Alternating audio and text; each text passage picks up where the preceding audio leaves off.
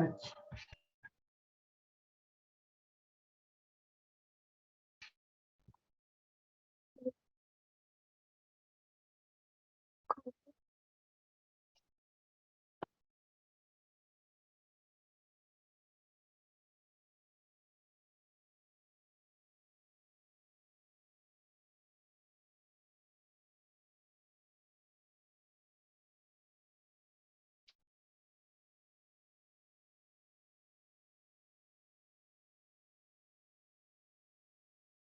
Okay, today we will discuss about the conducting system of the heart. Conducting system of the heart is the system which is located into the heart that supply the electrical impulses for the cardiomyocytes or cardiac cells to contract and able to pump the blood into the body. Heart की जो cardiac जो muscles होती हैं जिनको हम cardiomyocytes भी कहते हैं, उन कार्डियोमायोसाइट सेल्स के अंदर इलेक्ट्रिकल इम्पल्सेस को जनरेट करने के लिए हार्ट में जो सिस्टम होता है उसे हम कंडक्टिंग सिस्टम कहते हैं। और this system helps to supply the electrical impulses. ये विद्युत पैदा करता है, इलेक्ट्रिसिटी इम्पल्सेस पैदा करता है ये कंडक्टिंग सिस्टम, जिसकी वजह से जो कार्डियक मसल्स है उनके अंदर कॉन्ट्रैक्शन होता है और कॉन्ट्रैक्शन की वजह से ब्लड जो है वो अयोटा के थ्रू बॉडी के अंदर पंप होता है या पल्मोनरी आर्टरी के थ्रू लंग्स के अंदर पंप कर दिया जाता है। तो ये जो दो काम होते हैं मेनली वो conducting system of the heart से होते हैं। इसके कुछ पार्ट्स होते हैं, जैसे ऐसे नोड है sinoatrial node, AV node, atrioventricular node, the bundle of His, जिसको आप एवी बंडल कह सकते हैं। ये दोनों वेंट्रिकल्स में होते हैं, राइट बंडल यानी राइट वेंट्रिकल में, लेफ्ट बंडल लेफ्ट वेंट्रिकल में। और पुरकिंजे फाइबर होते हैं जिन्हें आपको बताया था cardiomyocytes have the ability to contract spontaneously. एक निश्चित पैटर्न के अंदर, एक निश्चित अंतराल के अंदर जो कार्डियोमायोसाइट सेल्स होती हैं उनके अंदर ये एबिलिटी होती है कि वो कॉन्ट्रैक्ट कर सके। That is no nerve impulse is required to trigger a contraction. एक नर्व इम्पल्स के लिए देर इज नो नर्व, एक नर्व किसी भी प्रकार के कॉन्ट्रैक्शन के लिए नर्व इम्पल्सेस की आवश्यकता नहीं पड़ती है, जबकि स्मूथ मसल्स जो है उसके अंदर नर्व इम्पल्सेस की जरूरत पड़ती है, यहाँ जरूरत नहीं पड़ती। द हार्ट प्रोड्यूस इट्स आउन इलेक्ट्रिकल इम्पल्सेस। हार्ट जो है अपने खुद के इलेक्ट्रिकल इम्पल्सेस जो है वो जनरेट करता है, follow very special path through the myocardium. और पूरी एंटायर मायोकार्डियम में एक पाथ बना हुआ है, एक वे बना हुआ है, एक रास्ता बना हुआ है, जिस रास्ते के थ्रू ही इलेक्ट्रिकल इम्पल्सेस जो है वो पूरी कार्डियक सेल्स के अंदर डिस्ट्रीब्यूटेड होते हैं। यहाँ आप डायग्राम में देखिए, ये आपके चार चैम्बर है, ये आपका राइट एट्रियम है, ये वाला चैम्बर आपका लेफ्ट एट्रियम है, ये वाला चैम्बर राइट वेंट्रिकल है और ये वाला चैम्बर लेफ्ट वेंट्रिकल है, ध्यान रखिएगा। और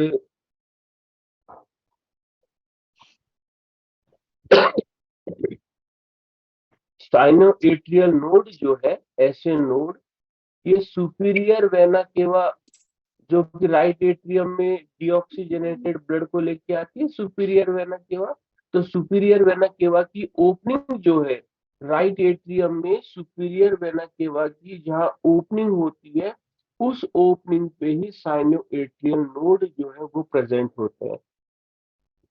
उसके बाद सेकंड नंबर पे जो आप देख रहे हैं वो है AV node. AV node atrioventricular node जो है, एट्रियम, ध्यान दीजिएगा, जो सेप्टल वॉल होती है, सेप्टल वॉल यानी कि वो सेप्टल वॉल जो कि दोनों एट्रियम को सेपरेट करती है, राइट एट्रियम को लेफ्ट एट्रियम को सेपरेट करने के लिए जो सेप्टम की वॉल है उस वॉल को हम एट्रियल वॉल कहते हैं, एट्रियल सेप्टम वॉल कहते हैं। तो जिस जगह पे ट्राइकस्पिड वाल्व होता है, राइट एट्रियम और राइट वेंट्रिकल के बीच में जो ट्राइकस्पिड वाल्व है, तो ट्राइकस्पिड वाल्व के जस्ट बराबर में towards the site of the atrial septal वाल, यानी सेप्टम की वो दीवार जो दोनों एट्रियम के बीच में है वहां पे, और near to the tricuspid valve, tricuspid valve के नजदीक जो नोड पाया जाता है उसको हम एट्रियोवेंट्रिकुलर नोड कहते हैं। उसके बाद में पूरे के पूरा ये जो आप सेप्टम देख रहे हैं, ये this is the septum, ventricle septum. इस वेंट्रिकल सेप्टम में बंडल ऑफ हिस पाया जाता है। Bundle of His is consist from the right AV bundle, left AV bundle और पुरकिंज फाइबर। इनको कलेक्टिवली जो है हम बंडल ऑफ हिस कहते हैं, लेकिन आप इनको सेपरेटली पढ़ेंगे। तो यहाँ पे आप देखिए, ये ये राइट एवी बंडल है, दो आपको दो तार दिखाई दे रहे हैं ना, दो वायर दिखाई दे रहे हैं, एक तरीके से इलेक्ट्रिक वायर है, ये एक्चुअली नर्व है, पर आप यूं समझिए ये इलेक्ट्रिक वायर है। तो ये जो दो इलेक्ट्रिक वायर आपको दिखाई दे रहे हैं ये बंडल ब्रांच है। ये राइट बंडल ब्रांच है जो राइट वेंट्रिकल की तरफ चली गई, ये लेफ्ट बंडल ब्रांच है जो लेफ्ट वेंट्रिकल की तरफ चली गई।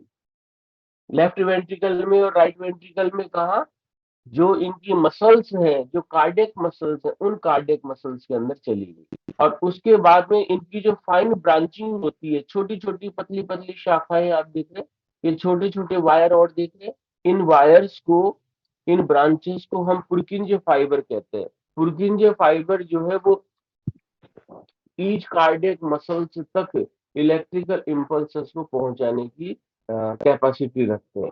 तो इस तरह से ये जो सिस्टम बनता है, इस सिस्टम को हम conducting system of the heart कहते हैं। अब देखिए, कंडक्टिंग ये जो ऐसे नोड होता है, ये ऐसे नोड को हम पेस मेकर भी कहते हैं। पेस मेकर का मतलब the system which can generate there electrical impulses आउन। आउन का मतलब होता है जो जो सिस्टम अपने खुद के इलेक्ट्रिकल इम्पल्सेस पैदा कर सकता हो, उसे हम पेस मेकर कहते हैं। ऐसे नोड में वो कैपेसिटी है कि उसके अंदर खुद की इलेक्ट्रिसिटी वो अपनी खुद की प्रोड्यूस कर सकता है। एक तरीके से ये ट्रांसफार्मर है, यूं समझिए। लेकिन इस ऐसे नोड को खुद कंट्रोल करता है ऑटोनोमिक नर्वस सिस्टम का पैरासिम्पैथेटिक और sympathetic nervous system. Parasympathetic nervous system, यानी आपको पता है पैरासिम्पैथेटिक और सिंपैथेटिक दोनों अपोजिट मैनर में काम करते हैं। तो पैरासिम्पैथेटिक नर्वस सिस्टम जब ऐसे नोड को इलेक्ट्रिक सप्लाई देगा, तो ऐसे नोड जो है वो कम विद्युत निकालेगा, लेस इलेक्ट्रिसिटी जनरेट करेगा। तो ऐसी कंडीशन में क्या होगा, यदि इलेक्ट्रिसिटी कम जनरेट होगी तो हार्ट की जो मसल्स है उनके अंदर कॉन्ट्रेक्शन भी डिक्रीज हो जाएगा, कॉन्ट्रेक्शन भी कम हो जाएगा, कॉन्ट्रेक्शन भी स्लो हो जाएगा। और सिंपैथेटिक नर्वस सिस्टम जब ऐसे नोड को नर्व सप्लाई देगा, तो ऐसी कंडीशन में ऐसे नोड जो है वो बहुत ज्यादा इलेक्ट्रिसिटी प्रोड्यूस करेगा, जिसकी वजह से मोर पावरफुल और इंक्रीज डिमांड ऑफ कॉन्ट्रैक्शन जो है वो हार्ट के द्वारा स्टार्ट हो जाएगी। लेकिन ये दोनों अपोजिट मैनर में काम करते हैं। तो जैसे ही ऐसे नोड कॉन्ट्रैक्शन पावर बढ़ाता है, तो तुरंत पैरासिम्पैथेटिक नर्वस सिस्टम जो है उसको डिक्रीज कर देगा। तो अपोजिट मैनर में काम करने से हमारी हार्ट के कॉन्ट्रैक्शन की जो रेट है, जो दर है, वो एक समान बनी रहती है। हाँ, कुछ ऐसी परिस्थितियां आती हैं जिनके अंदर सिंपैथेटिक नर्वस सिस्टम बहुत ज्यादा एक्साइट हो जाए, सिंपैथेटिक नर्वस सिस्टम बहुत ज्यादा स्टिमुलेट हो जाए, तो ऐसी कंडीशन में हार्ट बीट जो है वो बढ़ जाती है। एक बात, दूसरी बात यह है कि ऐसे नोड जब अपने इलेक्ट्रिक इम्पल्सस प्रोड्यूस करता है, तो वो electrical impulses sweeps over the both atrium. दोनों एट्रियम के अंदर वो इलेक्ट्रिकल इम्पल्सस जो है वो तैरने लगते हैं। राइट एट्रियम में भी वो इलेक्ट्रिकल इम्पल्सस तैरने लगते हैं, और लेफ्ट एट्रियम में भी वो इलेक्ट्रिकल इम्पल्सस तैरने लगते हैं। तो ऐसी कंडीशन में क्या हुआ, जब दोनों बोथ एट्रियम के अंदर इलेक्ट्रिकल इम्पल्सेस पहुंचे, तो वहां पर जो कार्डियक मसल्स प्रेजेंट है, उस कार्डियक मसल्स में कॉन्ट्रैक्शन हुआ, और कॉन्ट्रैक्शन होने की वजह से ट्राइकस्पिड वाल्व और बाइकस्पिड वाल्व दोनों एक साथ खुल गए, और ब्लड जो है वो राइट एट्रियम का ब्लड राइट वेंट्रिकल में और लेफ्ट एट्रियम का ब्लड लेफ्ट वेंट्रिकल के अंदर आ जाता है। कब? जब ऐसे नोड के इलेक्ट्रिकल इंपल्सस राइट एट्रियम, और लिखा हुआ है देखिए आप, लेफ्ट एट्रियम ये है और राइट एट्रियम आपका ये है।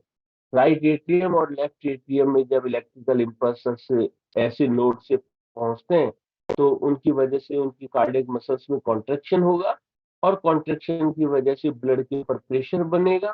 प्रेशर बनेगा तो जो ट्राइकस्पिड वाल्व है राइट साइड में और बाइकस्पिड वाल्व है लेफ्ट साइड में, ये दोनों वाल्व ओपन हो जाएंगे, जिसकी वजह से राइट एट्रियम का ब्लड राइट वेंट्रिकल में और लेफ्ट एट्रियम का ब्लड लेफ्ट वेंट्रिकल में एंटर कर जाएगा। यहाँ तक का काम ऐसे नोड का है। अब नेक्स्ट जो आता है स्ट्रक्चर, वो है AV node, atrioventricular node. AV जो नोड होता है, it also can able to produce own electrical impulses। AV node के अंदर भी ये कैपेसिटी है कि वो इलेक्ट्रिकल इंपल्सेस प्रोड्यूस कर सके अपने खुद के। लेकिन इसके साथ एक इश्यू क्या है? इसके साथ इश्यू ये है कि जब तक ऐसे नोड इसको इलेक्ट्रिकल इंपल्सेस नहीं देगा, तब तक ये एवी नोड अपने खुद के इलेक्ट्रिकल इंपल्सेस जनरेट नहीं करेगा। देखिए बहुत बड़ा साइंटिफिक रीजन है इस चीज का। यदि जब तक ऐसे नोड एवी नोड को इलेक्ट्रिकल इंपल्सेस नहीं देगा, तब तक एवी नोड स्टिमुलेट नहीं होगा, एक्साइट नहीं होगा। और जब एक बार ये एवी नोड एक्साइट हो गया, उसके बाद ये अपने खुद के इलेक्ट्रिकल इंपल्सेस जनरेट करने लग जाएगा। तो ये एवी नोड का पावर होता है। अब बात बताइए कि एवी नोड को, एवी नोड खुद पेस मेकर क्यों नहीं है, या एवी नोड जो है वो बिना ऐसे नोड की हेल्प के, बिना ऐसे नोड की हेल्प के ये अपने खुद के इलेक्ट्रिकल इंपल्सेस क्यों नहीं जनरेट कर पाता? जब तक ऐसे नोड उसको इलेक्ट्रिकल इंपल्सेस दे करके उसको जगाएगा नहीं कि भाई मैंने तुझे इलेक्ट्रिकल इंपल्सेस दिया तो तू जाग, तब एवी नोड अपने खुद के इलेक्ट्रिकल इंपल्सेस निकालना शुरू करेगा। इसके पीछे का साइंटिफिक रीजन क्या है? ऐसा क्यों होता है?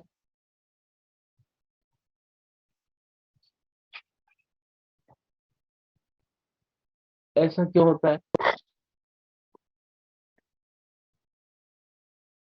ऐसा इसलिए होता है, ध्यान से सुनिएगा, ऐसा इसलिए होता है कि ऐसे नोड जब अपने इलेक्ट्रिकल इंपल्सेस बोथ एट्रियम में पहुंचाता है, राइट एट्रियम और लेफ्ट एट्रियम में, तो जब इलेक्ट्रिकल इंपल्सेस दोनों एट्रियम में पहुंचे तो दोनों एट्रियम में कॉन्ट्रैक्शन हुआ, और कॉन्ट्रैक्शन की वजह से दोनों वाल्व खुल गए और ब्लड जो है वो दोनों वेंट्रिकल्स में आ गया।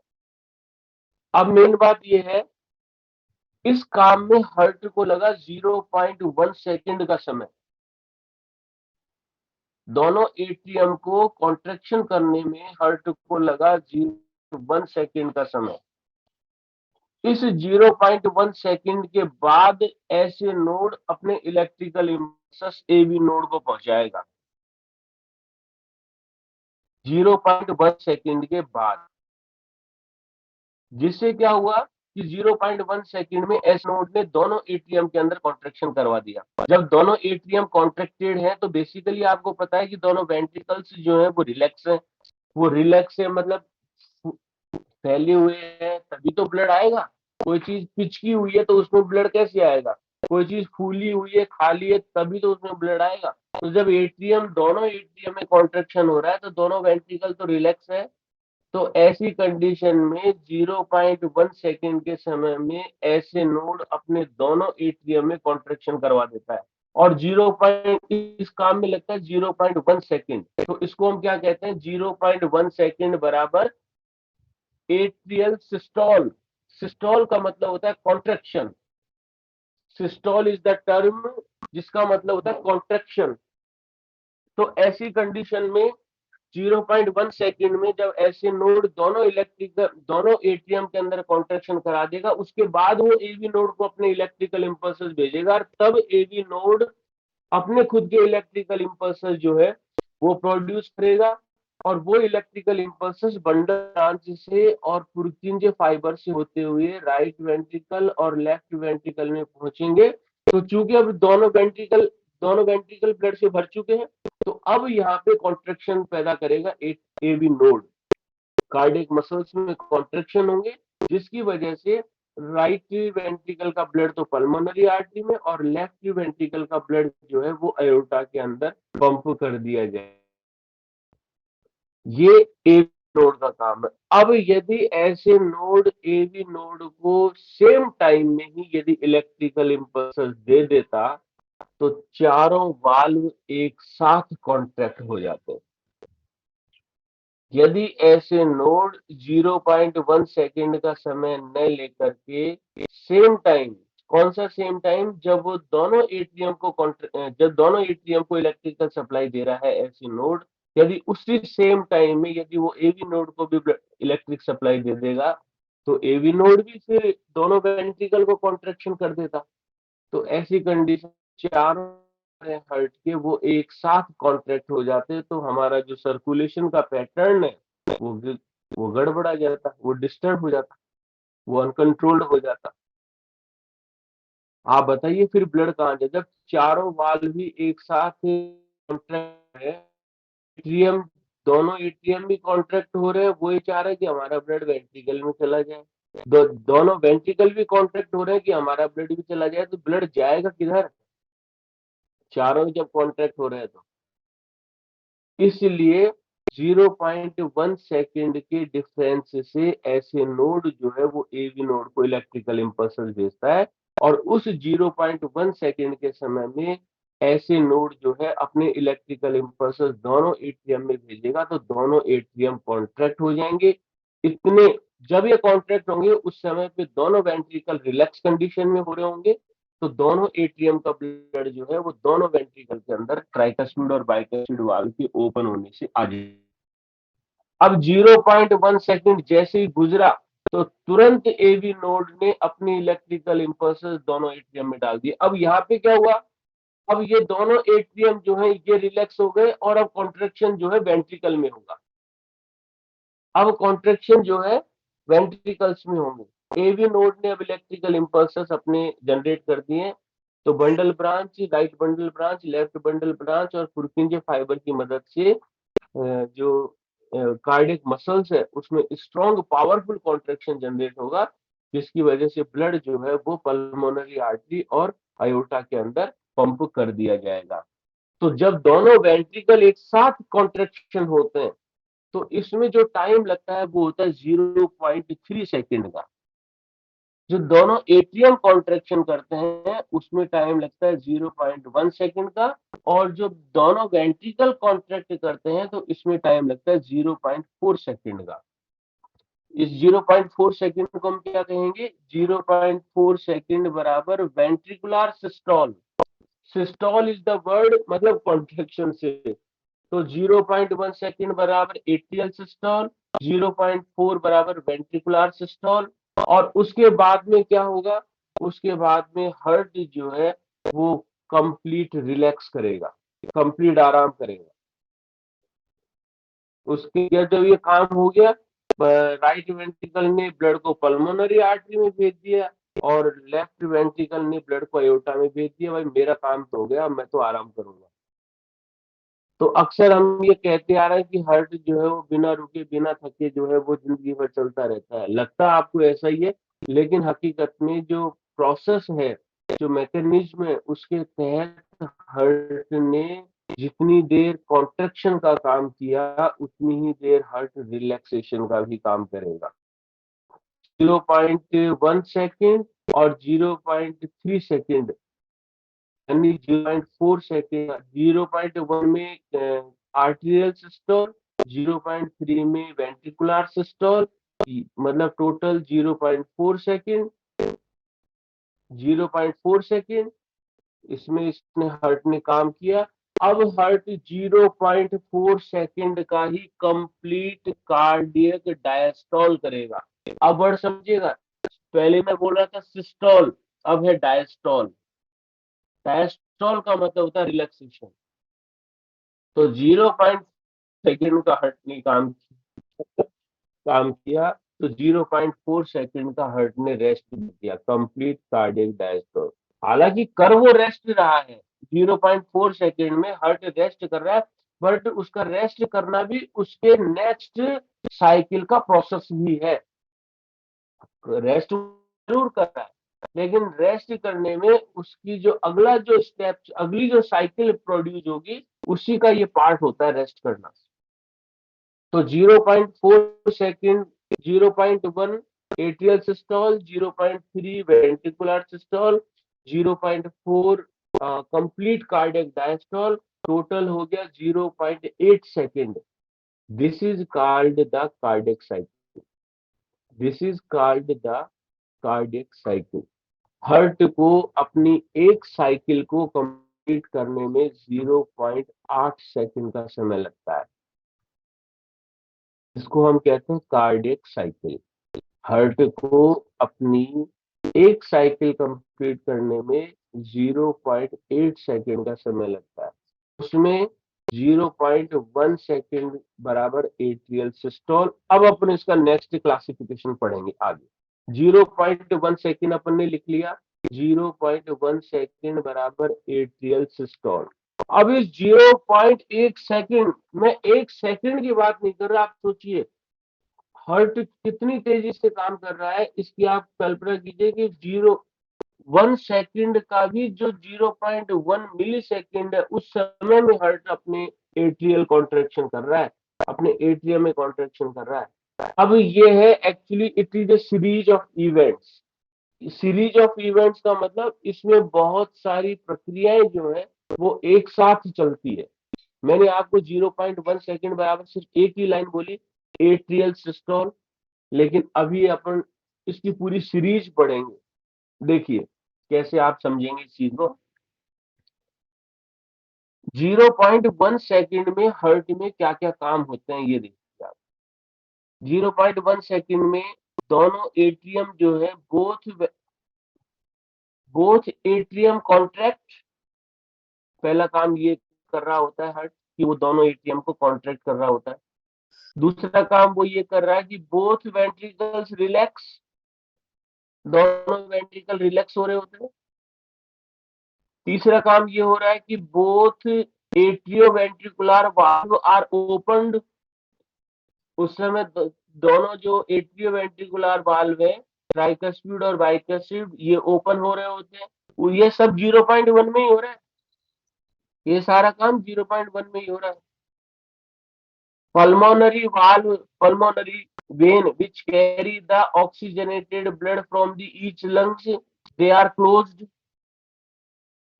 जो पल्मोनरी वेन जो ऑक्सीजनेटेड ब्लड ला रही है लंग्स में, वो फिलहाल क्लोज है।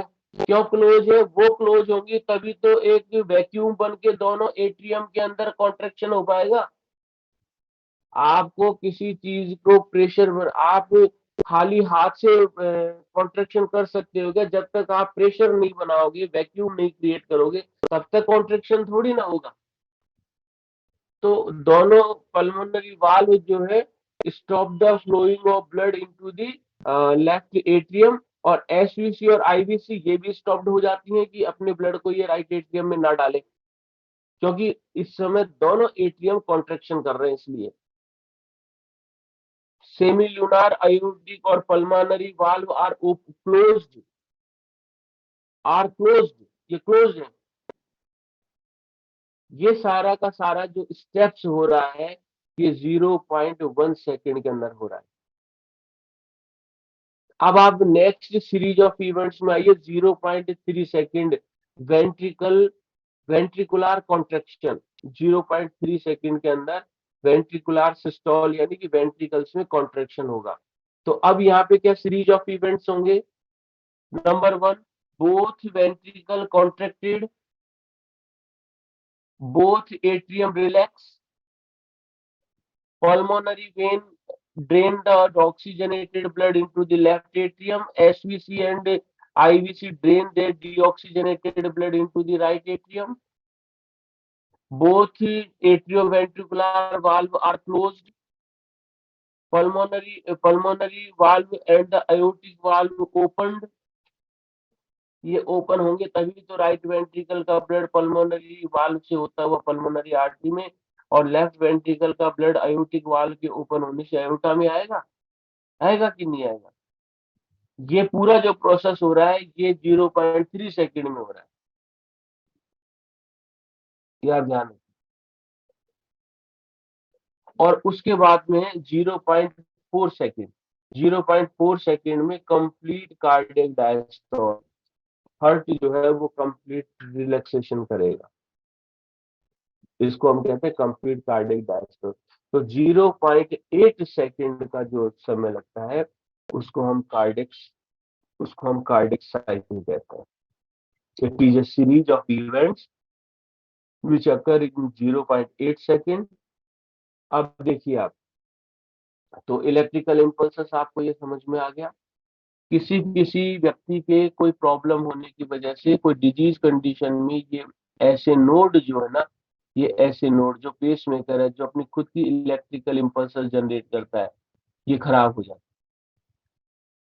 तो ऐसी कंडीशन में आर्टिफिशियल पेस मेकर जो है वो चेस्ट के ऊपर लगाया जाता है इन मरीजों के लिए, जो इलेक्ट्रिकल इम्पल्सेस बाहर से अंदर भेजता रहता है।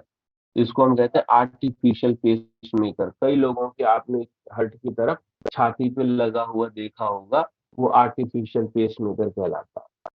यदि उनका ऐसे नोड जो है वो प्रॉपरली वर्क नहीं कर रहा है।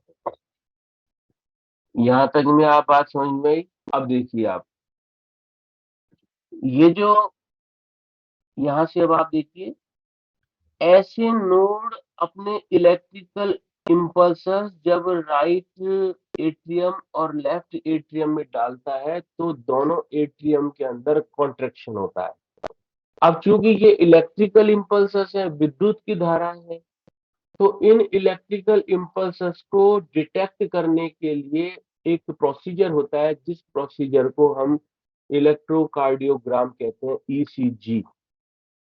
ईसीजी एक मेडिकल प्रोसीजर होता है through which we able to identify और detect the electrical changes occurs into the heart due to the conducting system of the heart. Conducting system of the heart की विद्युत की सप्लाई को और उसकी वजह से हार्ट में होने वाले चेंजेस को ट्रेस किया जाता है, डिटेक्ट किया जाता है एक प्रोसीजर के थ्रू, जिस प्रोसीजर को हम इलेक्ट्रोकार्डियोग्राफ कहते हैं। इलेक्ट्रोकार्डियोग्राफ। और जिस मशीन से आपने वो एक ईसीजी देखी होगी आप बच्चों ने, एक लंबी सी स्ट्रिप होती है कि नहीं होती है? ईसीजी एक लंबी सी स्ट्रिप होती है कि नहीं होती है? एक लंबी सी स्ट्रिप, इसको आप रोल यस कर सर। सकते हैं। यस सब सर। लोगों ने देखी है ना? शाबाश। वो जो यस स्ट्रिप सर। है ना, वो जो स्ट्रिप है उसको इलेक्ट्रोकार्डियोग्राफ कहते हैं। और जिस मशीन से वो कागज निकलता है, उस मशीन को हम ऑसिलोस्कोप कहते हैं। उस इंस्ट्रूमेंट को हम ऑसिलोस्कोप, OSSILOSCOP, ऑसिलोस्कोप। और ये जो प्रोसीजर होता है, इस प्रोसीजर को इलेक्ट्रोकार्डियोग्राम कहते हैं। इलेक्ट्रोकार्डियोग्राम ये प्रोसीजर होता है। जो इंस्ट्रूमेंट होता है उसे ऑसिलोस्कोप कहते हैं। वो इंस्ट्रूमेंट जो वो लंबी सी पट्टी निकालता है उसे हम इलेक्ट्रोकार्डियोग्राफ कहते हैं। तो उसको हार्ट की इलेक्ट्रिकल एक्टिविटी को डिटेक्ट करने के लिए ईसीजी का प्रोसीजर किया जाता है। ठीक है ना?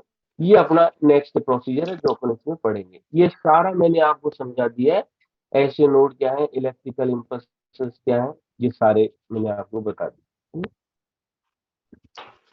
Next, electrocardiogram. A heartbeat is a sequence of electrical impulses, and the electrical changes produced by the myocardium can be traced by placing electrodes on the body surface.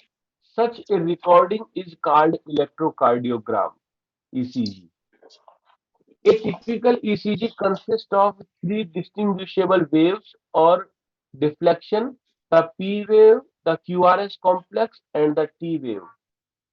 Each represents a specific electrical event. All are shown in a normal ECG tracing. देखिए आप इस diagram से अपन जो है वो ECG को समझने की कोशिश करते हैं। स्टार्ट यहाँ से करते हैं अपन, ध्यान रखिएगा। ये किसी का माइक ऑन है, किसी का माइक ऑन है। देखिए स्टार्ट हम यहाँ से करते हैं। ऐसे नोड जब अपने इलेक्ट्रिकल, यहाँ कलर देखते चलिएगा आप इस चीज को ना। ऐसे नोड अपने इलेक्ट्रिकल इम्पल्सर जब राइट एट्रियम और लेफ्ट एट्रियम में स्विप्स करवाता है, वहां तैरने लगते हैं, तो उसकी वजह से क्या होगा, पी वेव जो इलेक्ट्रिसिटी निकली वो हमें उस कागज के ऊपर जब छप के आएगी, तो वो जो वेव होगी, वो जो धारा होगी, जिसको आप वेव कहते हैं, इलेक्ट्रिकल इम्पल्सेस को आप वेव कहते हैं ना, धाराएं, तो वहां पे जो वेव अकर होगी, उस वेव को हम पी वेव कहते हैं, पी। और पी वेव क्यों अकर हो रही है? बिकॉज ऑफ आर्टीरियल डिपोलराइजेशन, यानी कि दोनों एट्रियल डिपोलराइजेशन, मतलब दोनों एट्रियम के अंदर कॉन्ट्रेक्शन हुआ, जिसकी वजह से पी वेव अराइज हुई। अब डॉक्टर क्या करता है, पी वेव को देखेगा, अच्छा पी वेव अराइज हो रही है, तो तुरंत डॉक्टर समझ जाएगा कि एट्रियल के अंदर कॉन्ट्रेक्शन इसके बहुत अच्छे तरीके से हो रहे हैं। फिर उसके बाद में क्या होगा, ध्यान देखिए, ये आपका ये जो है ना, ये आपका एवी नोड है, और यहाँ से आपके ये बंडल ऑफ डिस्क निकल रहे हैं। तो अब अब यहाँ पूरे एट्रियम के अंदर जब, ध्यान दीजिएगा, पूरे एट्रियम, यहाँ तो अधूरी पी वेव बन रही है अभी। क्यों? क्योंकि अभी इलेक्ट्रिकल इम्पल्स ऐसे लोड ने निकाले ही हैं। लेकिन जब इलेक्ट्रिकल इम्पल्स दोनों एट्रियम में अच्छे से फैल जाएंगे, तो दोनों एट्रियम बहुत अच्छे से कॉन्ट्रेक्शन करेंगे और पूरी की पूरी पी वेव बन जाएगी। देखिए इस तरह से जो वेव बनेगी, ये पी वेव बनेगी। ब्लैक वाली जो प्रोट्रूड पार्ट देख रहे हैं आप, उभरा हुआ हिस्सा, ये पी वेव है। उसके बाद में ध्यान, यहाँ नेक्स्ट देखिए, इसमें लिखा हुआ है एट्रियल कॉन्ट्रैक्ट। यहाँ पे एट्रियम कॉन्ट्रैक्ट कर जाएंगे, वहां डिपोलराइजेशन एट्रियल कॉन्ट्रैक्ट की प्रक्रिया शुरू होगी, और यहाँ पे एट्रियल कॉन्ट्रैक्ट कंप्लीट हो जाएगा। 0.1 सेकेंड का इसमें समय लगेगा, और यहाँ इस इलेक्ट्रिकल इम्पल्स को ट्रेस जो है वो पी वेव के रूप में किया जाता है ईसीजी के अंदर। उसके बाद में एवी नोड अपने इलेक्ट्रिकल इम्पल्स जो है वो बंडल ब्रांच के थ्रू निकालना शुरू करेगा। तो आप यहाँ देखिए क्यू वेव पैदा होने वाली है अब यहाँ पे, क्यू वेव। तो ये क्यू वेव जो है वो ये शो कर रही है कि एवी नोड के इलेक्ट्रिकल इम्पल्स जो है वो बंडल ब्रांच में पहुंच रहे हैं। ये क्यू वेव के रूप में रिप्रेजेंट है। बंडल ब्रांच से बंडल ब्रांच से जब इलेक्ट्रिकल इम्पल्स राइट वेंट्रिकल और लेफ्ट वेंट्रिकल के बंडल ब्रांच में पहुंचते हैं, तो इस वेव को रिप्रेजेंट किया जाता है आर वेव के रूप में। आर वेव, ये आर वेव है।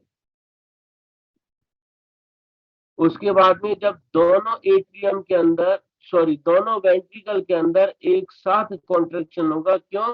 क्योंकि इलेक्ट्रिकल इम्पल्स पुरकिंजे फाइबर तक ही पहुंच गए हैं, और ऐसी कंडीशन में एस वेव अराइज होगी। अब यहाँ पे ये जो वेव जब पुरकिंजे फाइबर तक इलेक्ट्रिकल इम्पल्स, यानी कि विद्युत जो है, करंट जो है, वो पूरे के पूरे वेंट्रिकल्स की प्रत्येक कार्डिक साइकिल और मायोकार्डियोसाइट, कार्डियोमायोसाइट तक फैल गया है। तो उसकी वजह से जो इलेक्ट्रिकल इम्पल्स को जो ट्रेस किया जाएगा, वो एस वेव के रूप में किया जाएगा। इस तरह से क्यू आर एस जो वेव बनी, ये रिप्रेजेंट करती है वेंट्रिकुलर कॉन्ट्रेक्शन को। यदि क्यू क्यू आर एस इस फॉर्म के अंदर बन रही है, तो इसका मतलब यह है कि वेंट्रिकल के अंदर नॉर्मल रूप से, बहुत अच्छे रूप से इलेक्ट्रिकल इम्पल्सेस पहुंच रहे हैं, और दोनों वेंट्रिकल के अंदर एक साथ अच्छे से कॉन्ट्रेक्शन हो रहा है, यदि इस तरीके की डिजाइन वाली वेव बन रही है। उसके बाद में नेक्स्ट आपके आता है रिपोलराइजेशन। वो डिपोलराइजेशन था, यानी डिपोलराइजेशन और डिपोलराइजेशन क्या होता है? डिपोलराइजेशन होता है exchange of sodium ion. Sodium ion ही तो डिपोलराइजन आयन होते हैं जो सेल मेम्ब्रेन के इन और आउट होते हैं, तो उसी वजह से डिपोलराइजेशन और रिपोलराइजेशन का प्रोसेस होता है, कॉन्ट्रेक्शन और रिलैक्सेशन का। जब भी तो कोई जो बीपी का पेशेंट होता है जिसकी हार्ट बीट बहुत ज्यादा रहती है, जिसका बीपी बढ़ा हुआ रहता है, डॉक्टर ये तो कहता है सोडियम क्लोराइड का कम यूज करो, बिकॉज ऑफ एक्सेसिव सोडियम यदि बॉडी में रहता है तो एक्सेसिव डिपोलराइजेशन होगा, जिसकी वजह से बहुत ज्यादा हार्ट बीट बढ़ेंगी, तो बहुत ज्यादा ब्लड प्रेशर वापस से बढ़ जाएगा। इसलिए रेस्ट्रिक्टेड साल्ट डाइट की एडवाइस की जाती है जो हाई बीपी के पेशेंट होते हैं उनके लिए। अब यहाँ पे क्या होगा, ऐसी कंडीशन में रिपोलराइजेशन होगा, सोडियम आयन जो है वो वापस से कार्डियोमायोसाइट सेल से आउट बाहर मूव करने लग जाएंगे। उन्होंने करा दिया जो अपना काम करवाना था कॉन्ट्रेक्शन का, उसके बाद वो वापस से निकल जाएंगे बाहर।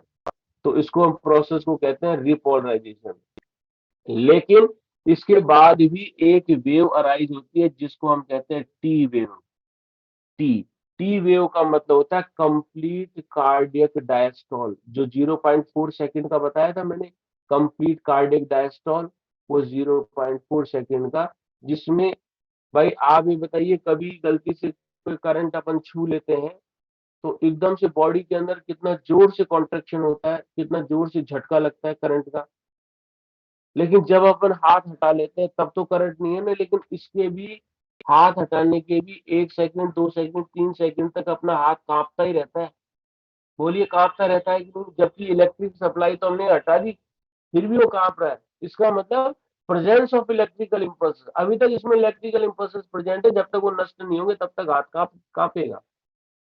सेम यही बात यहाँ पे है, इलेक्ट्रिकल इम्पल्स जो है वो खत्म तो हो गए, लेकिन फिर भी जो प्रेजेंस ऑफ इलेक्ट्रिकल इम्पल्स अभी पूरी कार्डियक सेल्स में प्रेजेंट है, उसकी वजह से जो वेव बनी है वो टी वेव है, जो रिप्रेजेंट की जाती है कंप्लीट कार्डियक डायस्टोल में। इस साइकिल को electrical events of the cardiac cycle को हम जो है वो ईसीजी के रूप में ट्रेस करते हैं। नेक्स्ट जो लिंक है उसको आप फटाफट से ज्वाइन करिएगा, ठीक है ना। तो उसको इस पैटर्न को हम ईसीजी कहते हैं। और नॉर्मल जो ईसीजी बनती है वो आपको मैंने बताई इस फॉर्म के अंदर बनती है। लास्ट आप देखिए, पहला सीधे चलेंगे, फिर पी वेव, फिर यू आएगी, फिर क्यू वेव थोड़ी नीचे आएगी, आर वेव ऊपर जाएगी, एस वेव फिर नीचे आएगी, फिर टी वेव बनेगी। इस फॉर्म में जो वेव बन रही है, जो ट्रेसिंग बन रही है,